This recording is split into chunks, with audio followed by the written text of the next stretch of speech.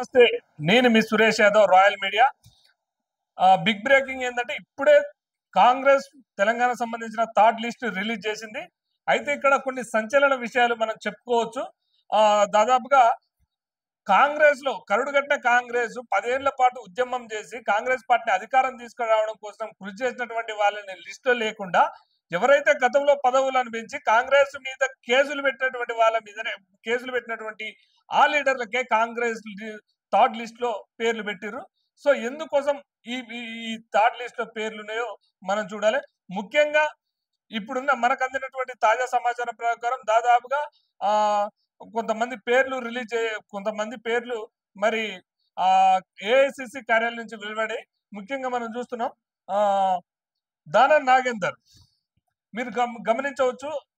దానం నాగేందర్, ఎవరి దానం నాగేందర్? గతంలో కాంగ్రెస్ పార్టీకి వెన్నుపోటు పొడిచి కాంగ్రెస్ పార్టీని సర్వనాశనం చేసి కాంగ్రెస్ పార్టీ కార్యకర్తలు తన్నుకుంటూ వెళ్ళి అదేవిధంగా తెలంగాణ ఉద్యమకారులని తన్నుకుంటూ వెళ్ళి తెలంగాణ ద్రోహి అయినటువంటి దానం నాగేందర్ ని సికింద్రాబాద్ అభ్యర్థిగా కిషన్ రెడ్డి గారి మీద నిలబడడం జరిగింది.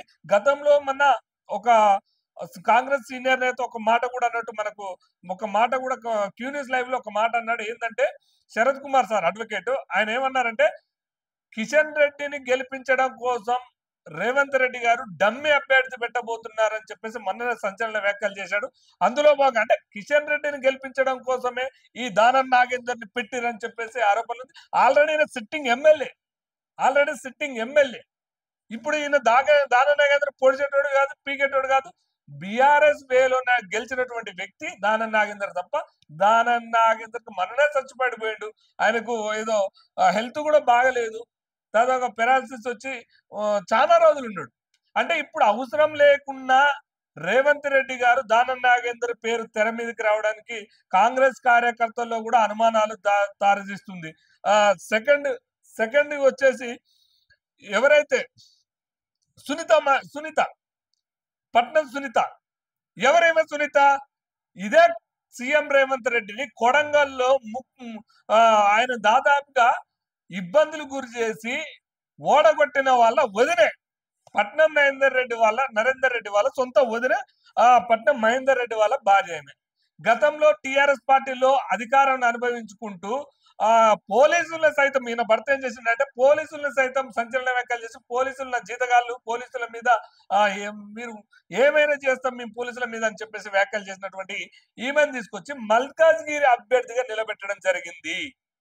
అంటే తెలంగాణ ఉద్యమకారుడు, తెలంగాణ రాష్ట్రం కోసం ఎన్నో కేసులు పెట్టుకొని జైలుకు పెట్టినటువంటి క్యాండిడేట్ ఇదే మహేందర్ రెడ్డి.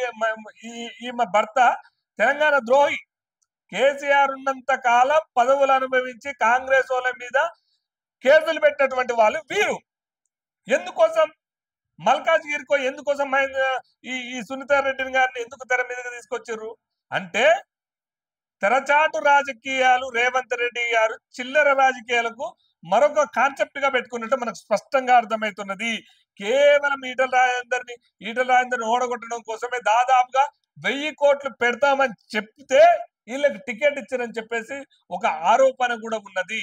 రేవంత్ రెడ్డి గారు 1000 కోట్లు, అందులో 500 కోట్లు ఏఐసిసి కార్యాలయం పంపి 500 కోట్లు మల్కాజ్గిరిలో ఖర్చు పెడతామని చెప్పి అక్కడ ఏఐసి కార్యాలయం అక్కడ ఉన్నటువంటి ఢిల్లీ పెద్దలను ఒప్పించి కాలు మొక్కి ఒప్పించి ఈటల రాజేందర్ ఓడగొట్టడం కోసం ఈ యొక్క సునీతా రెడ్డి గారిని తీసుకురావడం జరిగింది.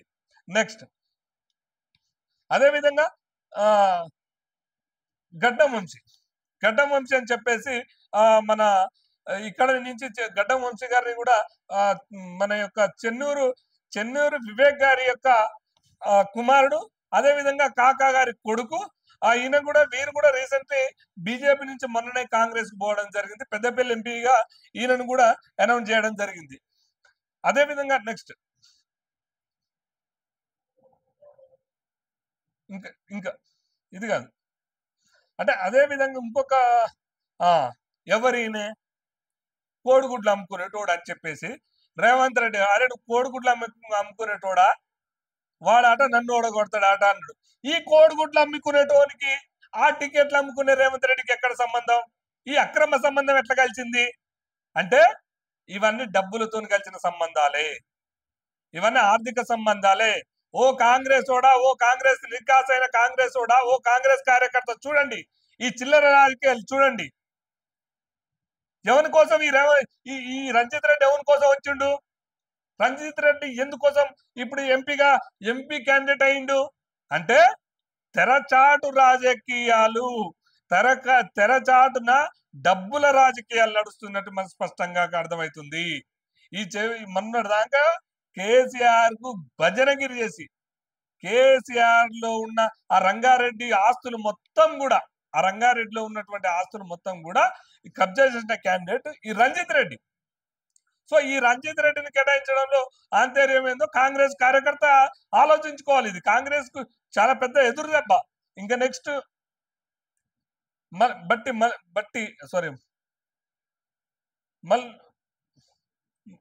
మల్లు రవి ఉంటాడు చూడు. నెక్స్ట్ ఏంటంటే నాగర్ కర్నూలు నుంచి మల్లు రవి. సో ఎవరైతే కాంగ్రెస్ నుంచి కాంగ్రెస్ కోసం కొట్లాడినటువంటి, కాంగ్రెస్ అధికారం తేవడానికి కష్టపడ్డ ఏకైక క్యాండిడేట్ ఇల్లా ఒక్క రవి, మల్లు రవి, నాగర్ కర్నూలు మాజీ ఎమ్మెల్యే. సారీ నాగర్ కర్నూలు నుంచి ఈ క్యాండిడేట్. అంటే దాదాపుగా మల్కాజ్గిరి టికెట్ నాన్ కాంగ్రెస్ వాళ్ళ మీద కేసులు పెట్టి కాంగ్రెస్ వాళ్ళని ఇబ్బంది పెట్టాను మల్కాజ్గిరి. సికింద్రాబాద్ టికెట్ కాంగ్రెస్ వాళ్ళ మీద, కార్యకర్తల మీద దాడి చేసేవానికి కాంగ్రెస్ టికెట్. మళ్ళీ చేవెళ్ళ అవి కోడిగుడ్లు అమ్ముకునేటోడు అని చెప్పిన కాంగ్రెస్ వాళ్ళని ఇబ్బంది పెట్టాన వాడు కాంగ్రెస్, నాన్ కాంగ్రెస్. ఒక్క ఇద్దరిని మాత్రమే కాంగ్రెస్ సంబంధం, అంటే 5 సీట్లు ఎంపీ సీట్లు అనౌన్స్ చేస్తే ముగ్గురికి అసలు కాంగ్రెస్ సంబంధమే లేదు. కాంగ్రెస్ వాళ్ళని దాడులు చేసి కాంగ్రెస్ వాళ్ళ మీద కేసులు పెట్టిన వాళ్ళు ముగ్గురు వాళ్ళే ఉంటారు. ఒక ఇద్దరు మాత్రం కాంగ్రెస్ సంబంధించిన వాళ్ళని పెడతారు. ఒక్కసారి కాంగ్రెస్ కార్యకర్తలారా ఆలోచించుకోండి. గిత్తాంటి లఫూట్ గాలని, సారీ ఈయన పెద్ద ఈయనను మనం విమర్శించట్లేము, ఇంకో చేవెళ్ళ రంజిత్ రెడ్డి గారు గిట్లాంటి లఫూట్ గాల కోసం మీరు కష్టపడ్డదా? గిలాంటి లంగల్ని మళ్ళీ పదవులలో తేవడం కోసమే 10 ఏళ్ళు కాంగ్రెస్ కార్యకర్త కష్టపడ్డా? ఒక్కసారి ఆలోచించండి. ఏది సామాజిక న్యాయం? ఇందులో కేటాయించిన దాంట్లో మొత్తం కూడా వలసవాదులు, అగ్రకుల పార్టీలే, రెడ్డిలే. 5 సీట్లు ఇస్తే 2 సిట్టింగ్, 5 సీట్లు ఇస్తే 2 ఎస్సీ రిజర్వ్డ్, ఒక్క బీసీ, ఒకే ఒక్క బీసీ. ఇది కూడా దాన నాగేందర్. ఏ బీసీ? కేసీఆర్ తోలితే వాళ్ళకి రాయబారం చేద్దానికి వచ్చిన బీసీ. సో ఇట్లాంటి చిల్లర రాజకీయాలు రేవంత్ రెడ్డి చేస్తుండు. ఈ కాంగ్రెస్ కార్యకర్త ఒక్కసారి ఆలోచించండి. నికాసైన కాంగ్రెస్ వాళ్ళు ఆలోచించండి. ఎస్సీ ఎస్టీ బీసీలారా ఆలోచించండి. రేవంత్ రెడ్డికి బుద్ధి చెప్పి ఇలాంటి ద్రోహుల్ని ఓడగొడతానే మీరు నిజమైన కార్యకర్తలు. ఇలాంటి ద్రోహుల్ని ఓడగొట్టండి. ఇప్పుడు 10 ఏళ్ళు అన్నారు మీరు. 10 ఏళ్ళ నుంచి అధికారం లేదు కాబట్టి టికెట్ల విషయంలో కొంత ఎవరికైనా ఈ తెలంగాణలో అధికారం రావాలంటే చేయాలని చెప్పారు. మరి ఇప్పుడు ఏమైంది? అధికారం వచ్చిందిగా. ఇంత పెద్ద దాన నాగేందర్కి ఇంత పెద్ద పొడిగేం లేదు కదా. ఇదే దాన నాగేందర్లో ఇంకో బీసీ కాంగ్రెస్ లో కష్టపడ్డ బీసీలకి ఇవ్వచ్చు కదా. ఇంకొక విషయం ఏంటంటే కాంగ్రెస్ లో ఓడిపోయిన జగ్గారెడ్డి గారి భార్యకుడు కార్పొరేషన్ చైర్మన్ ఇచ్చారు. అదే విధంగా సంబంధం లేని వాళ్ళ ఓసీలకు చైర్మన్ పదవులు ఇచ్చారు. కాంగ్రెస్ టికెట్ లో పోటీ చేసి తెలంగాణ వాదిగా ఉన్నటువంటి మదియాజ్ కి మాత్రం ఏ పోస్ట్ ఉండదు. మరి భువనగిరి టికెట్ ఏది? మరొక రెడ్డికి. అంటే ఇందిరమ్మ రాజ్యం రూపంలో రెడ్డి, అగ్రకుల రెడ్డి రాజ్యం చేయబోతుర్రు. ఓ కాంగ్రెస్ నికాసైన కాంగ్రెస్ ఓడా, ఓ బీసీ బిడ్డ, ఓ దళిత బిడ్డ, ఓ గిరిజన బిడ్డ, మీరు ఒక్కసారి ఆలోచించుకోండి. ఎందుకు వేయాలి ఇంకా మన కాంగ్రెస్ కోట్లు? ఇంకా మోసం చేస్తుంది, మన ముట్టి మీద దంతుంది. ఇంకా మీరు ఒక్కసారి ఆలోచించుకొని ఇలాంటి ఈ చిల్లర రాజకీయాలకు కేసీఆర్ దొంగరా నాయన అని తిడితే కేసీఆర్ అమ్మమ్మ ఊళ్ళలాగా రేవంత్ రెడ్డి పుట్టుకొచ్చాడు.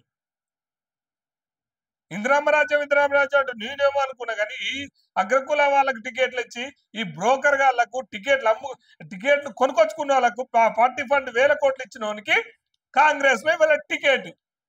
సో ఖచ్చితంగా వీళ్ళని ఓడగొట్టండి. కాంగ్రెస్ రేవంత్ రెడ్డి, కాంగ్రెస్ కార్యకర్తలు తిరగబడండి, రేవంత్ రెడ్డికి బుద్ధి చెప్పండి. ఈ ఈ తెలంగాణలో ఎస్సీ ఎస్టీ బీసీ రాజ్యాన్ని నిర్మించండి అని చెప్పేసి నేను సెలవు తీసుకుంటున్నా. ఖచ్చితంగా ప్రతి ఒక్కరు ఈ వీడియోని షేర్ చేయండి.